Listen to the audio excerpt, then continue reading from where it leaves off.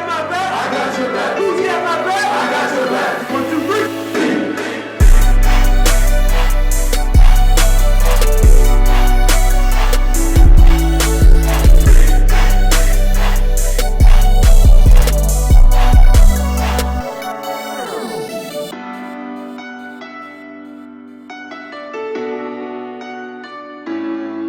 Hey, this is Tony Mitchell coming at you from the Homewood Y Championship Mindset podcast. I have a very special guest with me, a young lady that I've known for over 20 years in the field of education, and we are personal friends, family friends. Our kids play together.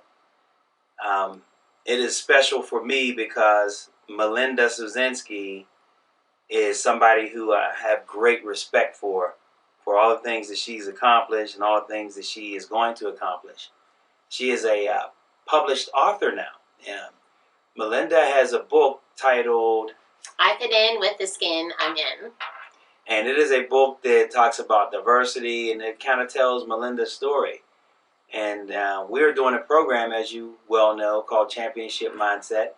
And we call it Championship Mindset Conversations on the Road to Greatness. So we're going to get Melinda's story on her road to greatness. We're going to keep it real.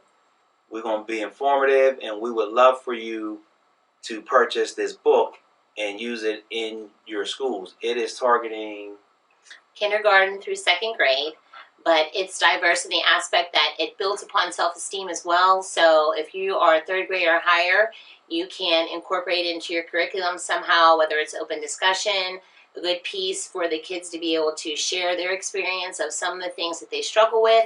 And as a teacher, you can reinforce and make sure that if you have some children who are struggling with self-esteem or some issues that might pertain to this, it is a good segue into helping them make a change and helping them feel stronger within themselves. It is a tremendous book, and like she said, the principles of the book can be used middle school and high school because the principles are life principles. And the thing that's exciting to me, being a championship mindset person, I love the fact that we can incorporate this into our workshops and in our professional development with teachers. We're really excited to just get this out there. We have a time in our society where diversity is something that will bring all people together. And we feel like this book is going to be an instrument to do that. Melinda, in your words, in your own words, tell me how this whole project came about. Well, basically, it stems from myself and growing up as a young child and being from a family where I had diverse parents. My mother was white and my father was black, and in conjunction with that, with me trying to see where I actually fit in, there was many times that I questioned things.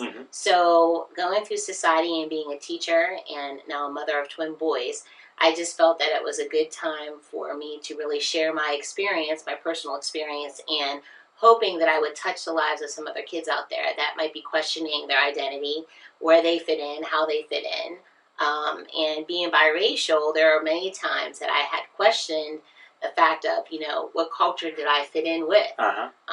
Did I fit more in with the African-American side of things, or did I fit in with the Caucasian side of things? With my parents being diverse, I really did question my identity and who I was at times. And I just felt that now would be a good opportunity for me to not only share my experience, but hopefully touch the lives of some children. So if they're having some questions, it would help them feel comfortable within their own skin.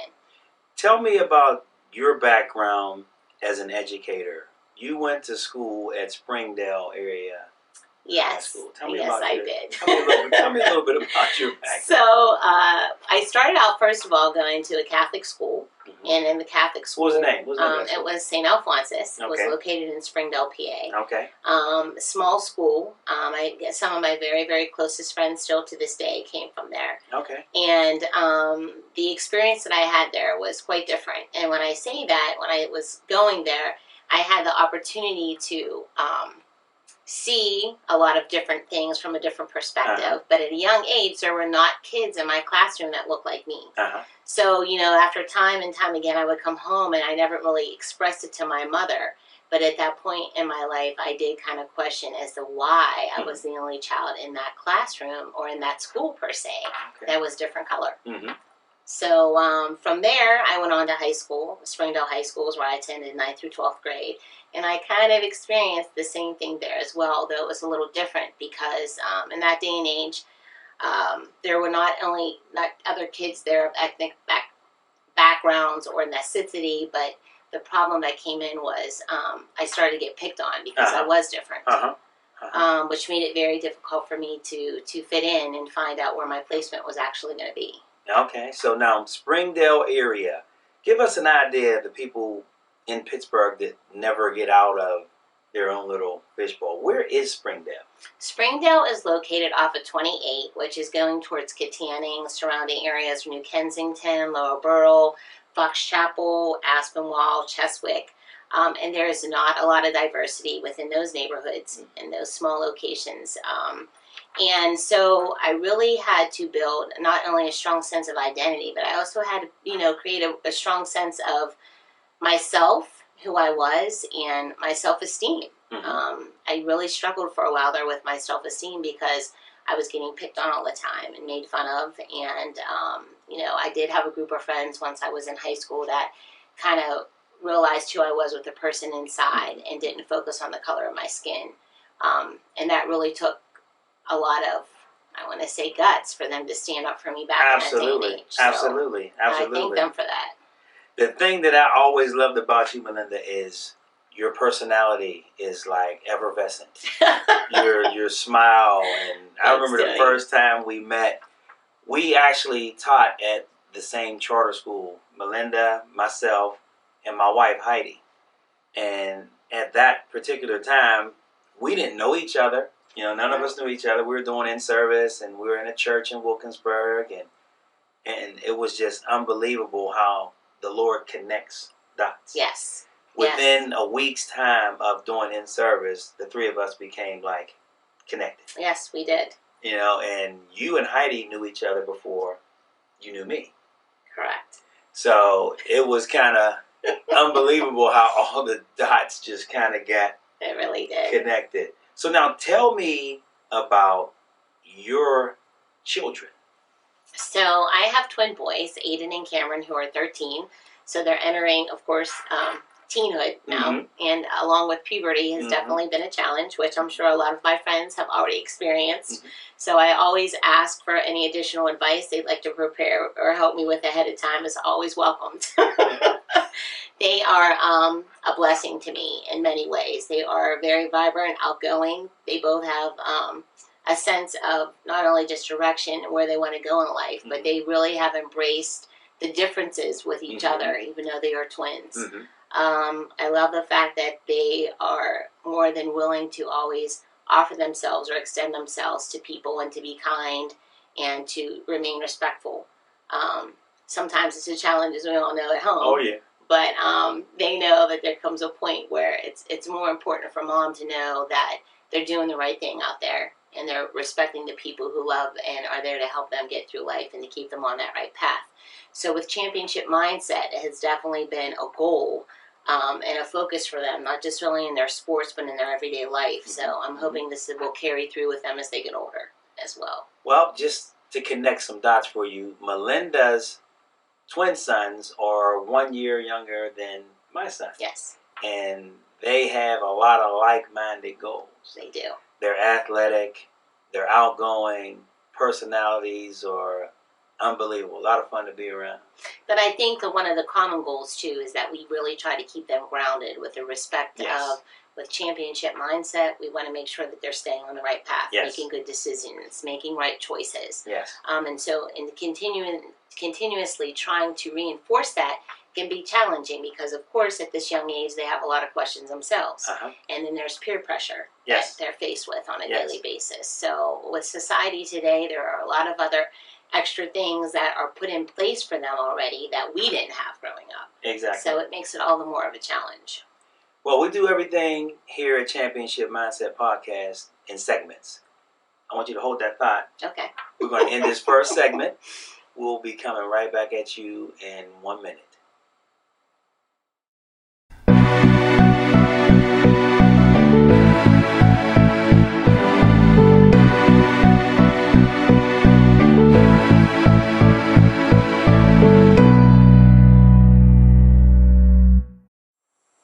Hey, this is Tony Mitchell coming back at you with segment number 2. I still have my best bud here, Melinda Suzensky. We're talking about her book titled I Fit In with the Skin I'm In.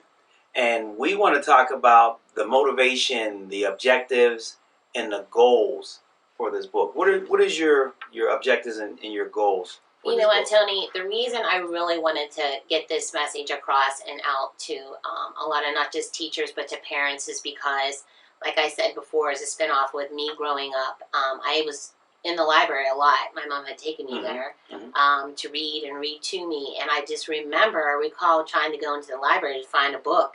When I opened up the book to find something that I could relate to, that I could see a character or something that reminded me of myself, Right. and there was never anything on the shelf. Right. And then, once I became a teacher and, you branch out from the curriculum that you're already presented in the schools, and then I would go to the library as well, and I wasn't able to find a lot of books, and I had a lot of biracial children in my classroom.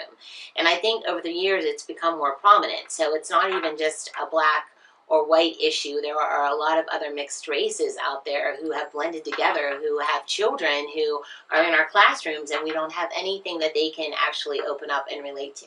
So that was my primary goal, is to have something there so kids could take a look and get them more interested in reading. But I wanted to get the message out there too, that it's okay to be different. And even though your skin color is different, that doesn't mean that you can't fit in, because it's not what the outside of who you are, it's what the inside is what matters. Absolutely. So that's my primary goal and message. Well, tell me a little bit about the people who helped you, the illustrators, and tell me a little bit about. Well, I will tell you, the book is a lot about me, and a part of the reason why it is about me is because I felt like it was something that needed to be out there. I wanted to share my personal experience. So when I talk about the teachers, primarily being an educator myself, I did have a special teacher in kindergarten that really adopted me as a child in her classroom and made me feel that even though I was different and struggled, that made me know that at one point in my life, I had so much going for me, even at that young age, that she didn't want me to stop here. She wanted me to keep remembering that. And then, of course, my mother and my aunt were very instrumental in me growing up. Carol Kutchenreiter. Oh, okay. And she was my all, my inspiration, my guide. The person who really encouraged and Mom is fabulous, me. by the way. Mom is fabulous. So thank you for that compliment. She really is. She really is. And then, when I think about even teachers today, those are some of the things that we need to hone in on and really be grateful and thankful for, the teachers who are with us and spend the majority of time with us. They invest alongside, in us. Yes, alongside of our parents. But I am very grateful for Tony Del Sardo, who was a great colleague of mine, and a teacher as well. He was an art teacher at Liberty Elementary, where I spent most of my time teaching.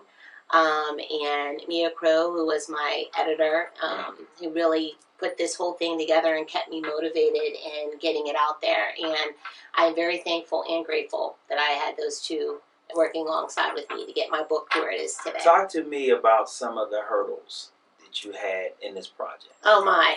Okay. So, it's great when you can come up with what you want to do and you have your thought process and your brainstorming going on. And when I put the book together, I was really thinking about what it was going to take to really make it something that children would be interested in reading. Okay, we're going to start there. And so I started out with it rhyming. And Tony did a great job of the illustrations. So they're very colorful and bright. So it's definitely engaging.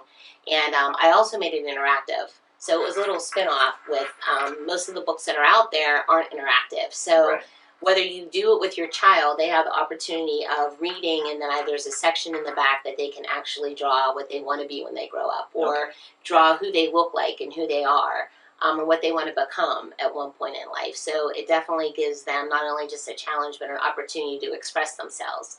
And from a teacher standpoint, you might not be able to have a book for every child in your classroom, but you're able to make copies so that you can copy the page and the kids can actually draw on the page. And then you could decide however you want to work that into your curriculum for the day. Okay, so now when you take on a project like this, you have goals, you have objectives. It's just like amazing to me how your principles and your vision like lined up almost directly with Championship Mindset principles. It did. And I didn't even know that she was doing this book. And yeah, I kind of we kept it a little started, secret. you know, we started talking about it. And I'm like, wait a minute, this book it's going to be awesome. You know, we can incorporate it into what we do with our student workshops, with our professional development with teachers, because we Yes. live in a world that is a melting pot, whether we want to accept it or not. It's multicultural, it's diverse, and it's fully inclusive. Her book is fully inclusive. It's all about self-esteem. Yeah, it really is. And the thing that I want to say is, you know, you know me well enough that I'm not one that likes to brag about a lot of things. No. And so, you know, one of the focuses and with being a great champion is being humble with whatever Yes. your success is. So Yes. at this point, yes, I was willing to, once it's all done, to share it with, because it was something that I do take pride in, and because it's something very personal to me, I wanted to be able to share the experience with others. So, and we're hoping that this book becomes available to all schools, elementary schools and middle schools, because we're going to incorporate this book into our training. And we're going to recommend that everybody who sees this podcast, who's an educator, or you have young kids, multicultural or not, get this book, because it's going to change your perspective on the way you include people. Yes. There will not be that stereotypical thing going on. You're going to be open-minded to so many different things, and that's what we hope to gain from this. Championship Mindset segment number 2 is in the books. Melinda, you're doing a great job. Thank you. You're doing a great job. And thank you for giving me the opportunity to share my success with everybody. This is so much fun. We're going to conclude this segment, Championship Mindset Conversations on the Road to Greatness. We'll be back in 1 second.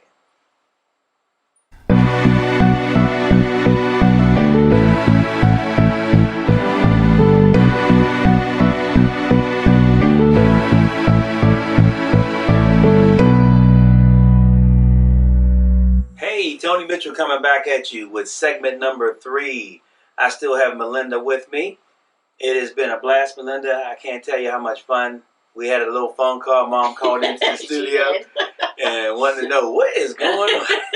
So we're going to keep it real. It is so much fun to be doing this with you. I want to start the third segment off by asking you, what is your hopes for your legacy? How will this book and this project impact your legacy? Well, you know, Tony, my goal has always been not just as an educator, but just as a person. I really like to try to make sure that I'm doing the best I can to help somebody in some way, whether it's children or people. That's what my passion is. That's what my heart is. That's what my biggest reward is. And I don't just say that to say it. I really mean that from my heart. And I think a lot of people like yourself, you know me. Yes. You know that I'm speaking from my heart with that, because that is really my aspiration and my goal. I'm really hoping that with this book, not only will it touch the lives of other children, but it will inspire people as well to really appreciate each other's differences as adults. And embrace them. Yes, and embrace them, and to reflect that upon their children, not only with their own children at home, but with their children in the classroom and just people in general overall. And I think that the importance behind having that type of mindset will just really encourage other people. And this will be a book that somebody will want to say that, hey, I read it, and there's really some message in here that I really want to make sure that I continue to do, is not only as a person, but to promote that to others as well. It's really unique in how the dots get connected. We talk about just that higher power all the time, just being able to sit back and allow the Lord to connect dots. Agreed. There was a number of years where you were teaching in the city. Mm-hmm. I was doing my thing. Heidi was doing her thing in different parts of the city. And uniquely, at the right time, the Lord just kind of brought everybody back together. Yes. I mean, and that's the thing. I mean, the beauty of it all is when you're friends, sometimes I say you're friends for life. And even though you drift apart, there's always some way, somehow, the magnetism brings us back together. And I think that because our lives got busy and we were going with different directions, and as we know with kids, that kind of takes the first precedence over everything else. And so keeping that in mind, you know, the unity of us getting back together on this level to promote the championship mindset, with me being retired now. Yes.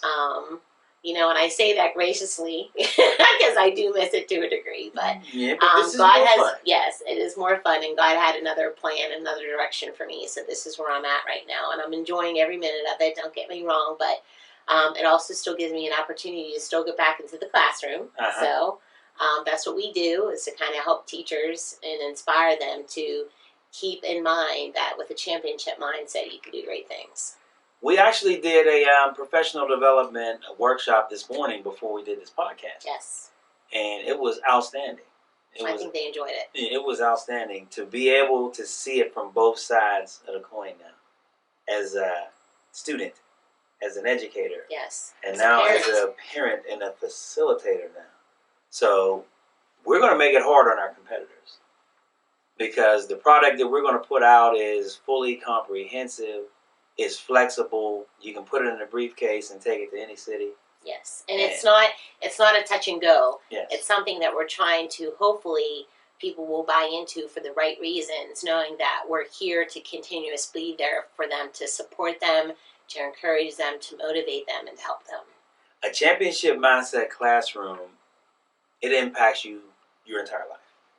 And as we found out in our workshop this morning, it's unbelievable when people see the presentation, their response. Yes, it was incredible. It was unbelievable. We hope to be coming to a school near you in the very near future with Championship Mindset. Melinda, it has been just unbelievable. I mean, I was thinking about this, trying to get my girl on here, and it just tied together with the workshop being this morning and us just driving across town to come and do this at the Homewood Y. Yes. I want to thank my man Jordan for being the engineer there, and my main man JB. Yes. He got one of my favorite hats on over there, the pirate hat. We love doing our podcast here at the Homewood Y because it's like a grassroots thing. This program is called the Lighthouse Project. Yes. And it is funded through grants, and it has all these different... Another great place for your children to experience and have fun and be creative. Absolutely. The musical component is excellent. And it also gives, it's an outlet for kids. It's a positive place for them to be able to come in and release whatever stress they're dealing with through music, which is excellent. Absolutely. Opportunity. Now tell all of our viewers and listeners where they can get your book. So my book can be purchased currently on Amazon. If you go to Amazon.com and you type in "I Fit In" with the skin I'm in, or you put my name in, Melinda Suzensky, it should pop up. It is $10. A book, and you can also buy it in Riverstone Bookstore, which for some of my local friends and colleagues in the North Hills area, it is in the McCandless Plaza. It's called Riverstone Books, and it is going to be sold there within the next week or two. So, is it going to be available to be downloaded to like Kindle? That is the next thing we're working on. It's a little bit tricky. It takes a little bit more time, but that is my next goal with this book, along with making an additional series. And I don't want to let the cat out of the bag, but I have a next book coming up. It's in the works, so stay tuned for that. Absolutely. Absolutely. Again, I want to thank you, Melinda. And thank you for giving me the opportunity to share my greatness with everyone. My pleasure. Championship Mindset, conversations on the road to greatness. We out. Peace and love.